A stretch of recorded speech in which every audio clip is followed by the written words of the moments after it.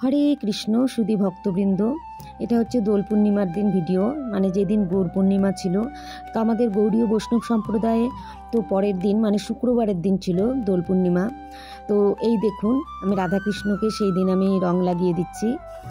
তো আমি এইবার গৌর পূর্ণিমায় আমার ঘরে মহাপ্রভু এসেছেন।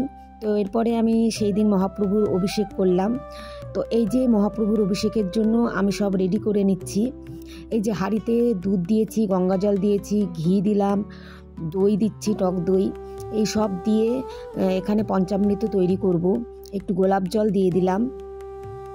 এবার দিয়ে দিলাম একটু অগরু, কারণ অগরু দিলে জলের সেন্টটা খুব সুন্দর হয়।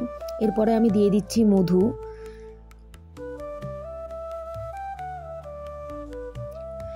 তো এখন তো আমাদের মহাপ্রভুকে আজকে যেহেতু আমার গৌর পূর্ণিমা, মহাপ্রভুর জন্মদিন, তো আমি সেই তিথি উপলক্ষে মহাপ্রভুকে আজকে ঘরে আনলাম।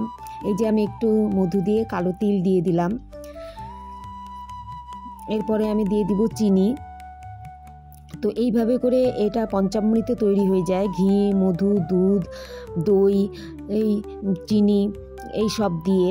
তো এই পঞ্চামৃতর মধ্যে একটু দিয়ে দিব আমি ফুল, এই কারণ একটু ফুল তো লাগবেই ঠাকুরের অভিষেকের সময়। এর মধ্যে একটু গাঁদা ফুলও দিয়ে দিব। গোলাপ ফুলটা দিলাম জাস্ট একটু সেন্টের জন্য আর কি, মেন তো গাঁদা ফুলটা লাগবে। তো এই যে আমি গোলাপ ফুল, গাঁদা ফুল সব দিয়ে আমি এই জলটা মানে এই পঞ্চামৃত অভিষেকের জন্য এটা আমি রেডি করে নিলাম। কাঁচা দুধ সব দিয়ে রেডি করে নিলাম। এইবার আমাদের লাগবে 108টা তুলসী আর দুব্ব। তো আমাদের এইভাবে করে থালাতে প্রথমে সাজিয়ে নিতে হয়। 108 জায়গায় তুলসী আর দুব্বা সাজানোর পরে আমাদের প্রতিবার ওই একটা করে তুলসী আর দুব্বা নিয়ে আমাদের ঠাকুরকে অভিষেক করাতে হয়। তো প্রথমে আমি ঠাকুরকে দুধ দিয়ে, দই দিয়ে, মধু দিয়ে, ঘি দিয়ে এমনি আগে অভিষেক করে নিলাম, আলাদা আলাদা করে সব দিয়ে এই যে এখন আমি মধু দিব।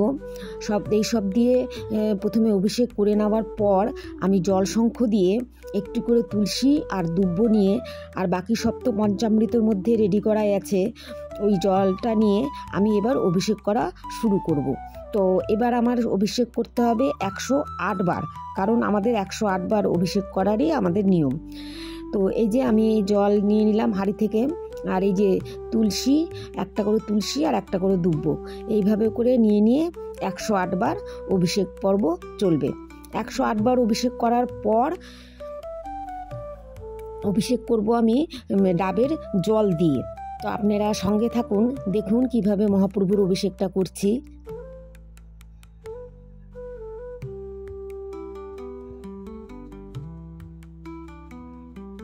এখানে কিন্তু আমাদের মন্ত্র বলতে হয়, প্রত্যেকবার অভিষেক করার সময় মন্ত্র বলতে হয়। তো সেই মন্ত্রটা আমি বলছি না।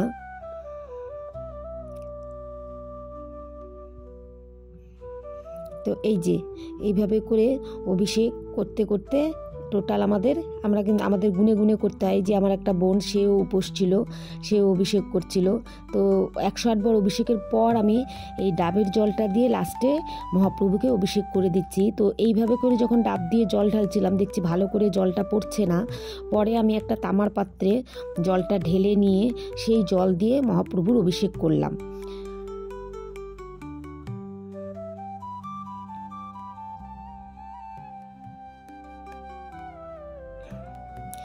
এইবার আমরা তো আজকে সারাদিন উপোস থাকি, শুধু জলের উপরে নির্জলা উপোস থাকে। তো এই দিন আমাদের মহাপ্রভুকে শুধু ফল ভোগ দেওয়া হয়, আর ফল ছাড়া আমাদের আর কিছু দেওয়া হয় না। তো আজকের এবার কালকে তো আমাদের এইভাবে ফল ভোগ দিয়ে দেওয়া হলো।